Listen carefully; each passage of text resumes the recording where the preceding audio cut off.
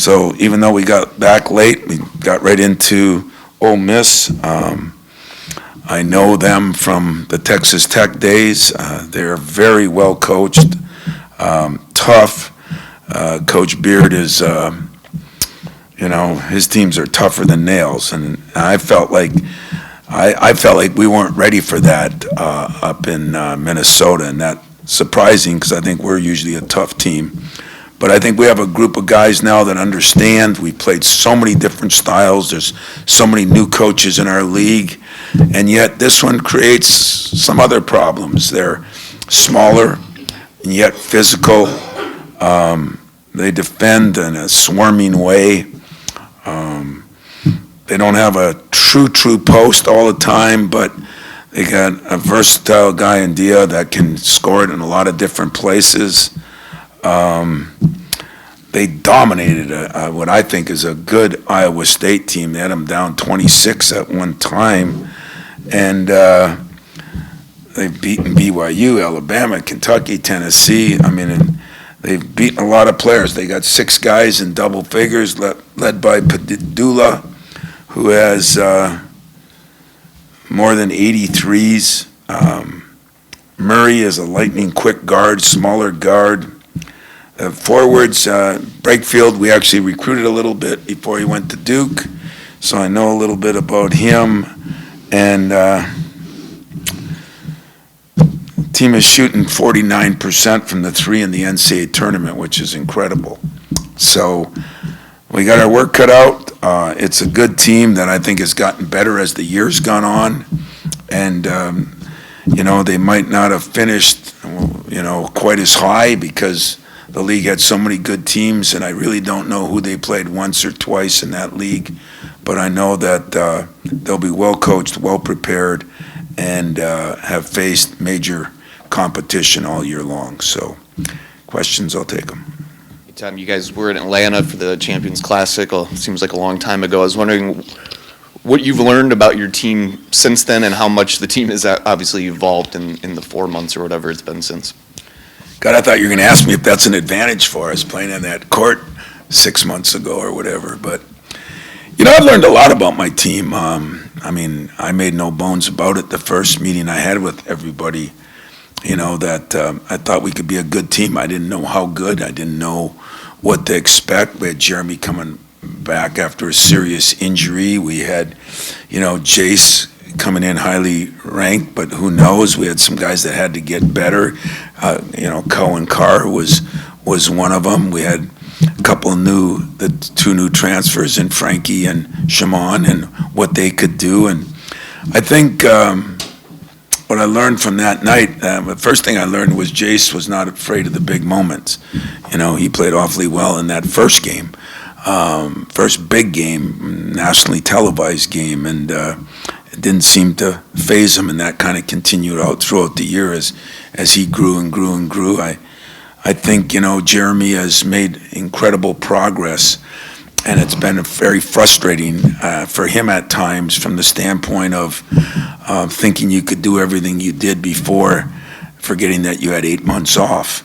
And so that progress, I think Trey Holloman has shown so much growth, not only as a player, but as a person, and we've asked him to do some different things, and he's done them, but he's also excelled and kind of improved his game a lot. And Cohen has been a guy that I think has made as much progress, taking a guy that really was a poor shooter into a guy now that is becoming a very good free throw shooter, but has improved his shot, hasn't taken as many threes in a game, but this spring, summer, and fall, I think he'll make a major jump in that area, which he already has. Our bigs have been by committee.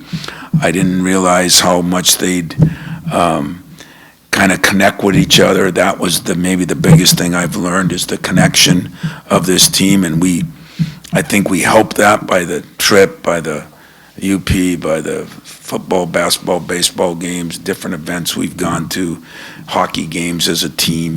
We've just tried to do more and more team stuff in this day and age where everything's getting separated a little bit more. So Did it surprise me? I'd be lying if I said, no, I thought this is right where we'd be.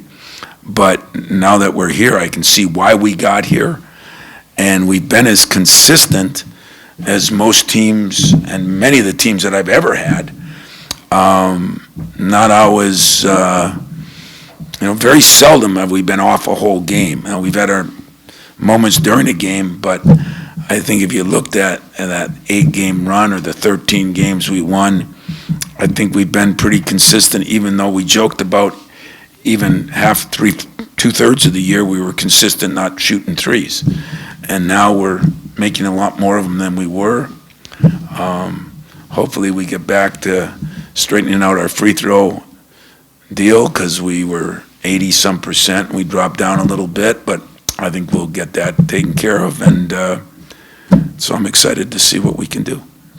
Hey, Tom, after the Michigan win at home, at Michigan that is, we talked about what was new, what was different about the rivalry. 16-16s, Sweet 16s that is, just when you reflect, what's kind of new and what's kind of different about this space right now?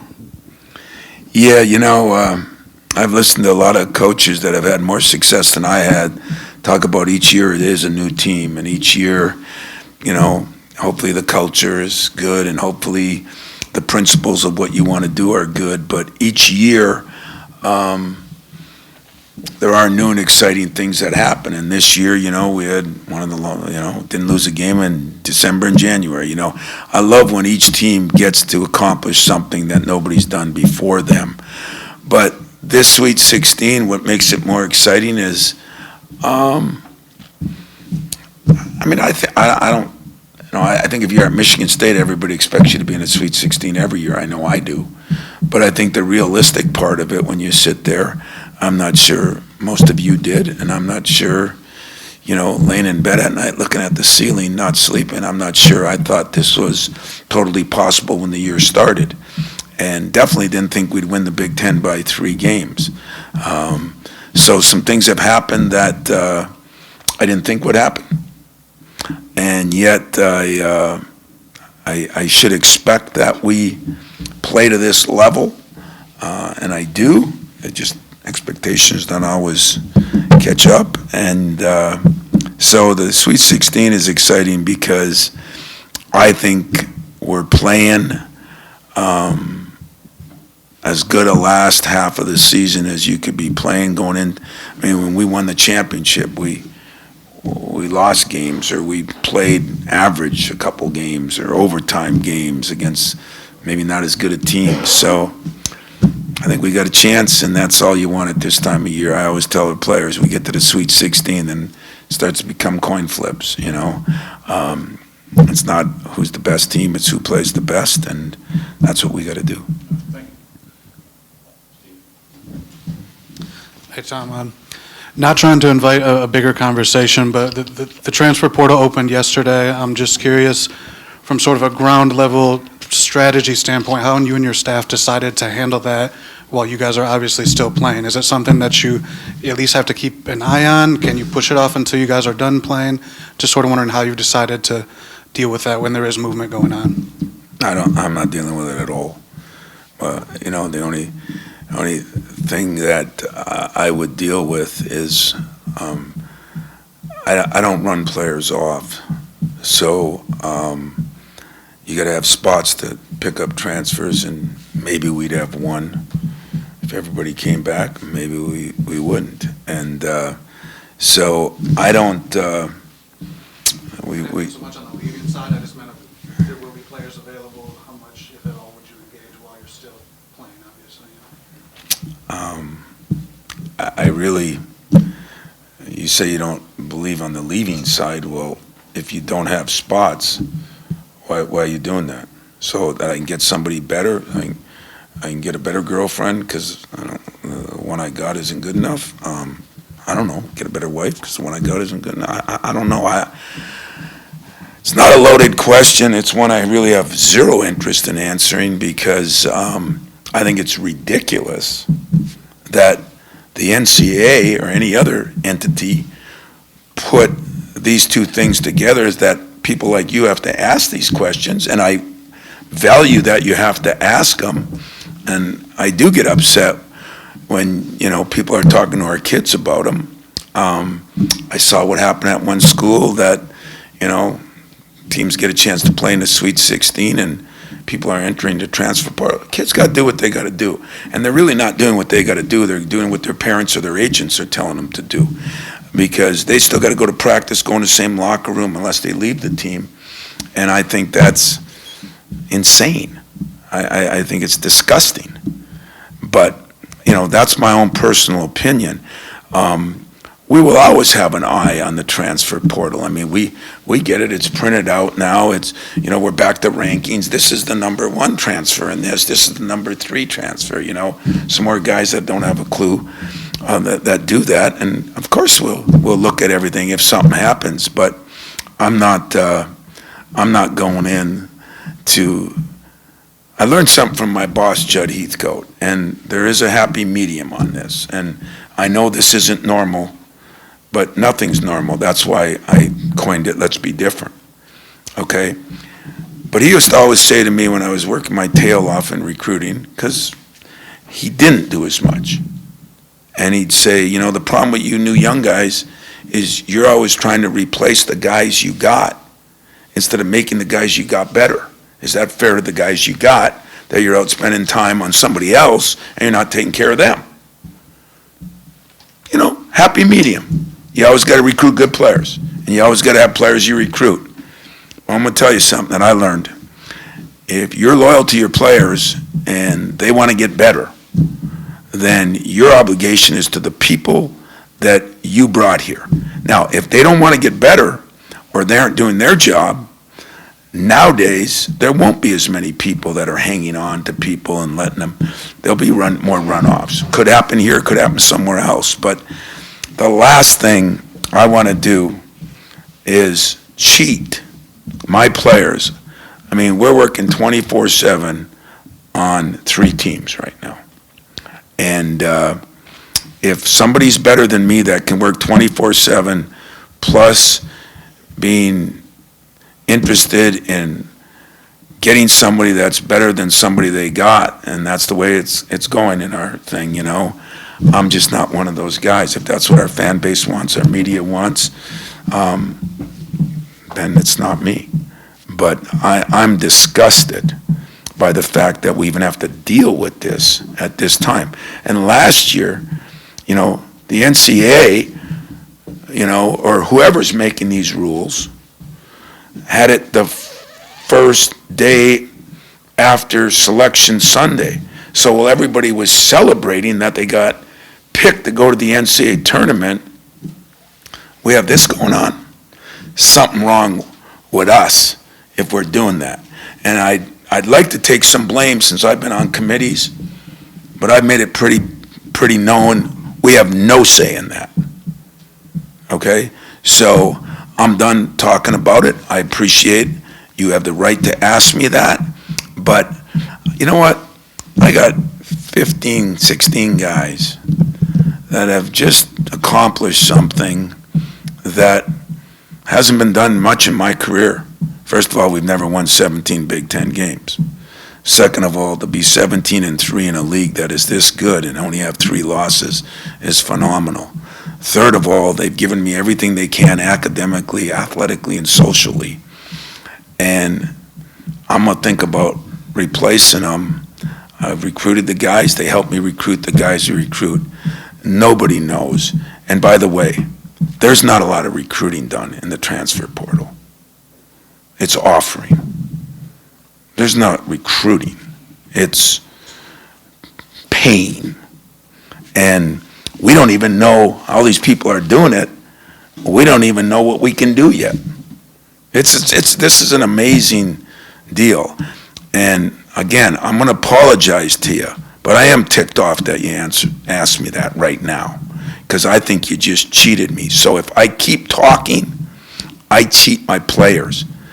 And I'll cheat myself before I'll cheat my players.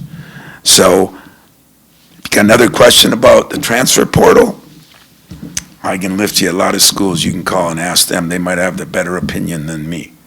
But me, I'm homed in on Ole Miss, I might even call Mr. Manning and figure out something that I don't know about that place. And that's all I want. Chris Beard, what he's done has been incredible. But what my team's done has been incredible. And I'm not ready to move on. So, Judd, I followed what you said. I'm going to worry today about the guys I got in this program that have done an incredible job this year, and that's it.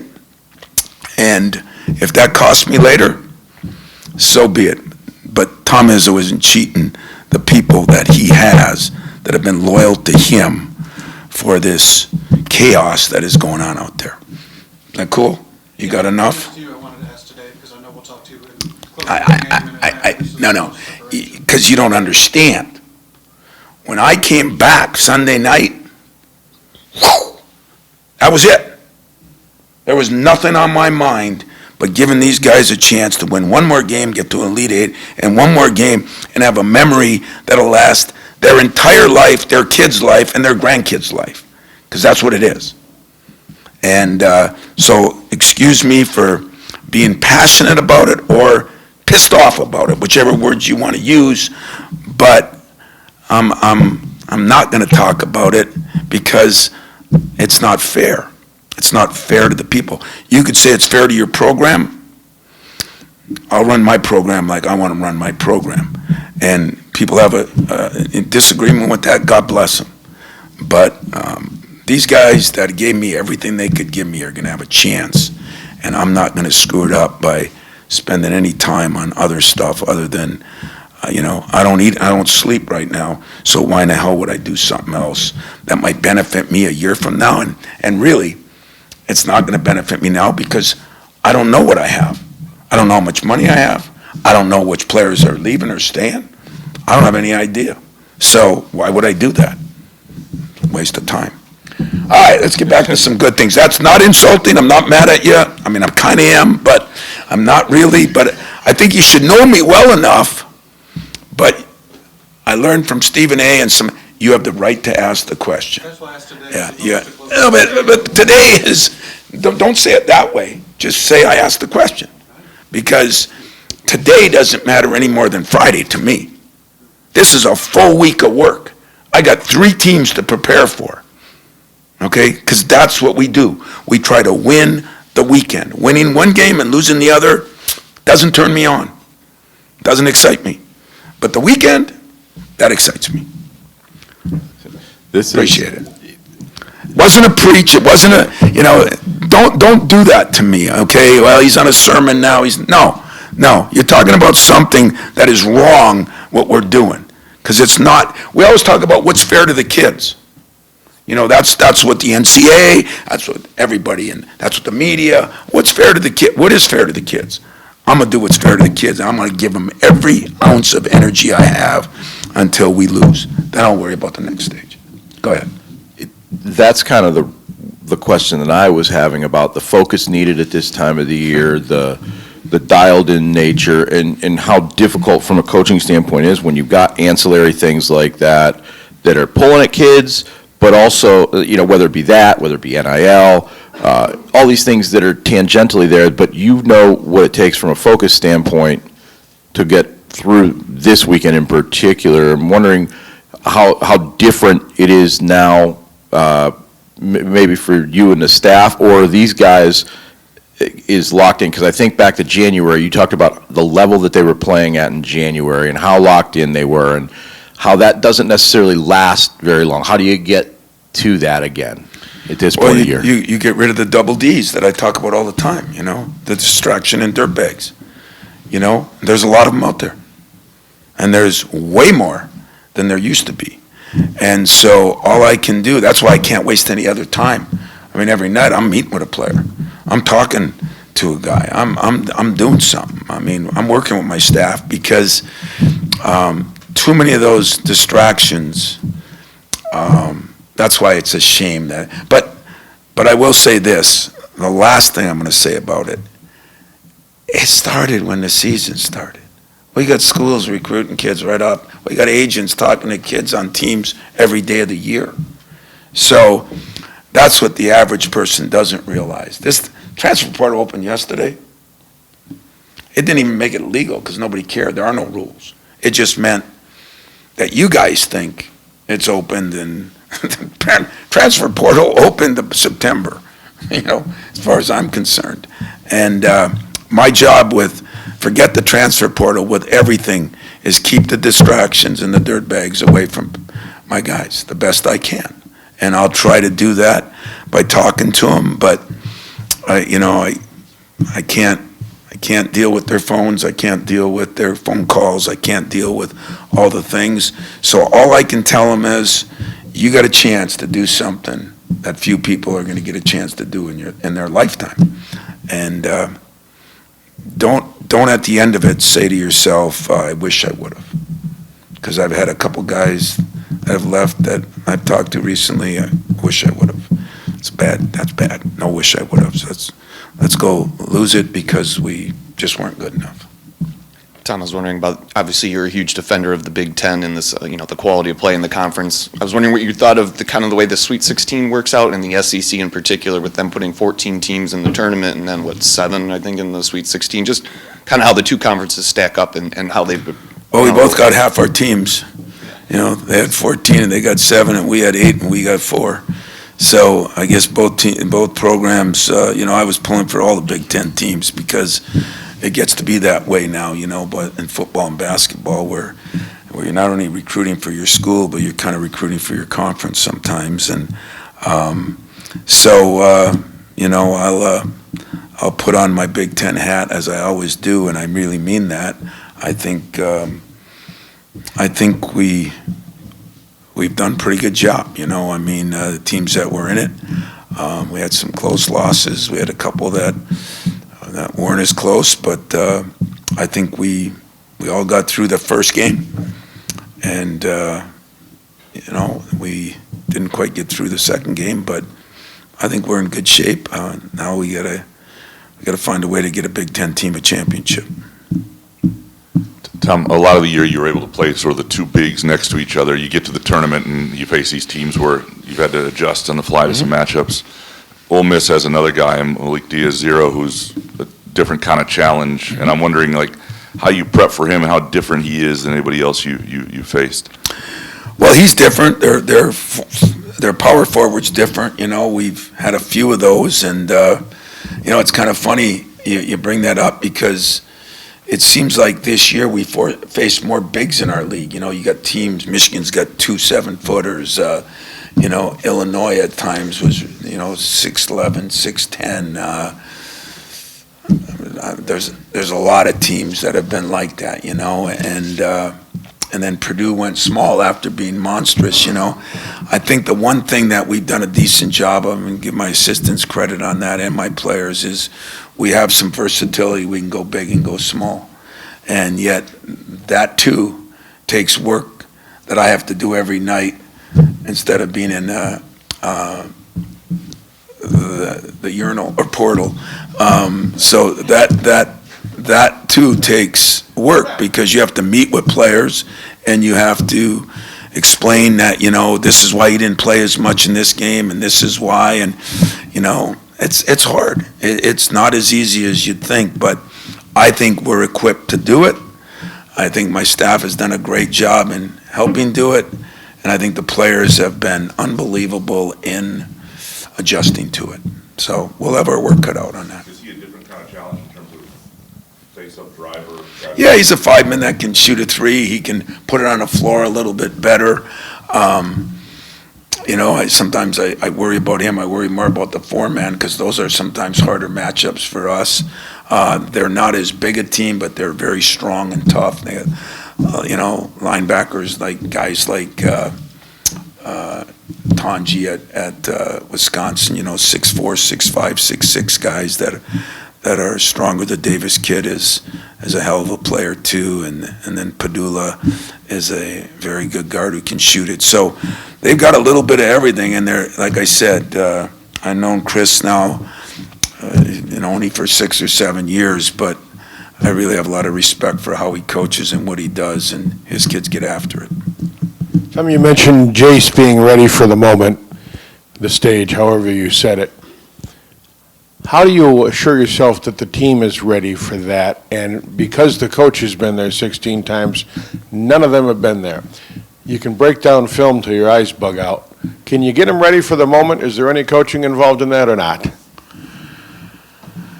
You know, only if they trust what I tell them, you know, and trust what some of the former players tell them, because, you know, I do believe that we're all creatures of habit, that we never understand until we've gone through it ourselves. And I think the mark of a good parent, the mark of a good teacher, the mark of a good coach, or the mark of a good boss is to get his players to believe that he can help them get through that. And that takes time, energy, and, you know, some kids are more ready for it. I mean, Jace is a unique kid. I mean, you know, somebody said, well, he went 1 for 10, you know. One of the last guys I worried about. He's just, and he's proven it. He's just the nature of who he is. You know, other people get frustrated and you got to deal with them differently. But I think our guys understand. I think the Big Ten has helped them. You know, we had to win a lot of games in a row there. And we had to win a lot of games in tough places, at Michigan, at Maryland, at Illinois, when we really weren't sure who we were. And I think we learned something there about ourselves that will help us in the tournament, already has helped us in the tournament. What I'd like to see us get is a little more consistent defensively, believe it or not, at the beginning of games. And then, you know, we looked at the one game and we missed like 5 or 6 free throws in the first half. And that's the difference between maybe being up 10 and down 2, because momentum is a big part of that. So do I know? No, I don't know. If I knew exactly how to do it, I'd be a lot better than I am. But I do have the experience and have enough people that I can lean on and hope that players don't have to go through a loss to learn what it's like, you know. And somebody always said to me, do you think it's good that they lost a game in the Big Ten tournament or lost a game early? You know, until you lose where it means something. And if you lost a game and it cost you the Big Ten championship because you didn't cut out at the free throw line or went through with there was a couple of teams that have been mentioned lately that didn't cut out at the free throw line at the end of the game. Cost them 4 points. I mean, we harp on that every day because it happened to me 5 years ago, and the team that beat us went to a Final Four. And so I harped on it before that. You can't come to a practice the day of a game that we don't work on free throw cutouts. Most of the people that come in to do TV laugh at me. I bet you some of those guys weren't laughing the other day when it cost somebody. And getting people to believe in that is very difficult. But I'm going to keep trying. I'm going to keep trying. Tom, simple question. Everything going on around, do you enjoy this as much as you always have, less or more? I don't enjoy the distractions as much, you know. I think I was put on the earth to be a coach, you know, and just like I was put on the earth to be a teacher, you know. That's what my degree's in, teaching. If you're a teacher nowadays, you know, parents are, it's tough to be a teacher, you know, and so I don't enjoy the distractions nearly as much, but I do enjoy the fight, and I do enjoy the stubbornness of trying to do it not the same way. I mean, those that don't think I've adjusted, I've adjusted a lot, but I enjoy the practices. I enjoy being with the fellows. I enjoy every part about the basketball part of it. I don't enjoy these questions. I know you have to ask them. That's not insulting. I didn't enjoy yours. I understand what y'all got to do. I really do. But don't expect me to sit there and take it like a punching bag either, because I also know what it takes for them to be successful. So I got to look at what does it take for you to be successful. So your editor pat you on the back. I understand that. But do you understand what it takes for them to be successful? I don't think you do understand that. And that's what I gotta balance. And it never used to be that way. I didn't have to balance that. Nobody cared. I mean, it's different. So if people don't think I can change with the times, I've changed with the times. If people think I'm going to adjust to the principles, it'll be a cold day in hell. Tom, you talk about the consistency of this team. You haven't lost a game by more than 8 points. One thing that's been consistent is the ability to have a down period in the first half and come back. Seems like almost every game you've been able to have a surge. What is that? And your players now feel confident that, hey, they're never out of anything. Yeah, I don't like that, though. I mean, that to me, I haven't done a good job on, because it's happened a little bit. It's getting to be a little bit of a pattern, and I don't like that at all. And that's one of the things I talked about, because sooner or later, you're either going to run into another team who's just better, or the comebacks don't work. Everybody wants consistency. I want consistency in my program and in my team. Everybody wants consistency. So we got to figure a little way to do a little better job at the beginning. I think we're working on some things that'll help that, to be honest with you. And then if we can stay the consistent, as you say, get back to shooting free throws like we have. We don't have to, do something different. Like when we had to improve our three-point shooting, when it's been that way most of the year, it's hard to change. But our free throw shooting has been great 90% of the year, and I don't see that as a problem at all. Our rebounding's been good. Our defense has been good. Just a few tweaks on what I think we can do to make it a little more consistent. That's what we're going to spend yesterday, today, tomorrow on, and then get to Atlanta. Tom, I'm curious. I had one question, you sparked another. I'm curious if you had the conversation with Jackson Kohler you had talked about maybe settling in at the start of the games. That was the first question, and then the second one is, why hasn't the Big Ten won a championship in 25 years? Yeah. Boy, I'm a problem with it, because 6 of them I had a chance to do it, and a couple of them we've had 2 Big Ten teams in there, and we haven't gotten it done. But, the tournament isn't as much about conferences as it is about matchups, and sometimes matchups just don't work, and then there's sometimes when, not very often, but there's those North Carolina team that I say in 05 that I don't think the Pistons or Celtics would have beat, That happens once in a great time. But other than that, I don't think it's because, Big Ten isn't the most physical league anymore, and they used to say that was the reason, and I really don't believe that. I'll tell you what, I'm going to try to change that, I'm going to try to change that. But I don't look at it as any, that's for you guys to figure out why, For me, I just say, we haven't done it. It bothers me. It bothers me as a league. But I don't look at it's because the league is bad. I just think it's because the matchups weren't right. I don't know.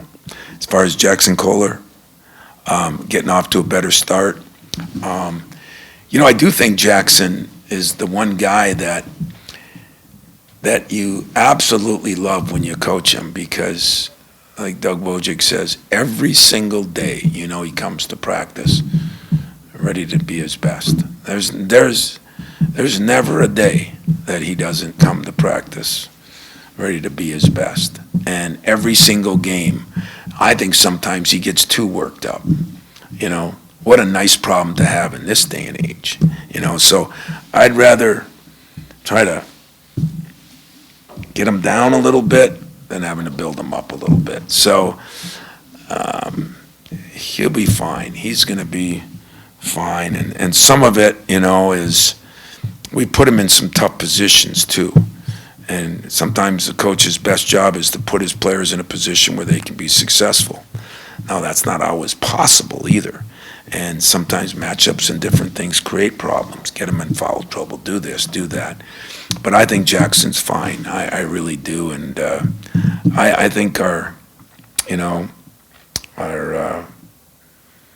guards are ready to go, and that's going to be they do a lot of things. They switch a lot. They create some issues, and our rebounding's got to be really good. Our offensive rebounding's got to be even better than it's been.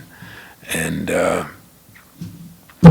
playing a good team, you're in a Sweet 16. There's no Cinderellas left, Just because you're a 10 seed, I mean, Arkansas is really good.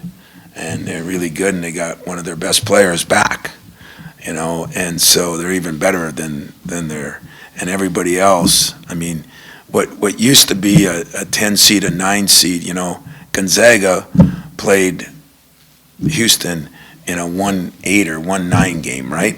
I mean, never used to be that way. The last couple of years, it's getting tougher. So you're playing at this time of year, you're doing your job.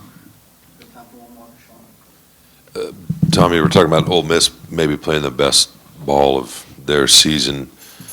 Auburn maybe is trying to get back to the level they were at a few weeks ago. You mentioned in Cleveland you think you have a little bit more of a level.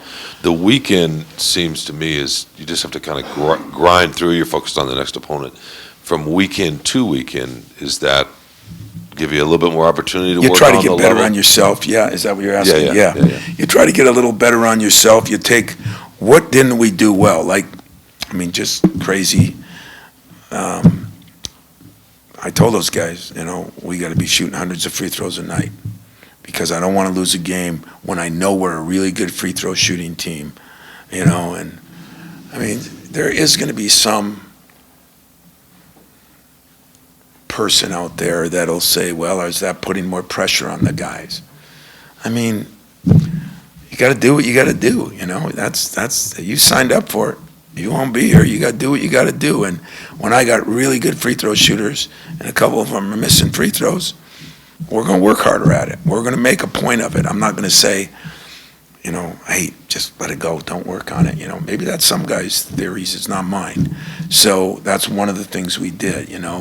We're talking about how we can do a better job with switching teams. And so we're looking at tape of other teams that have had some success. And yeah, you get Monday and Tuesday to do a little bit of that. We've looked at the other two teams that we could play if we win.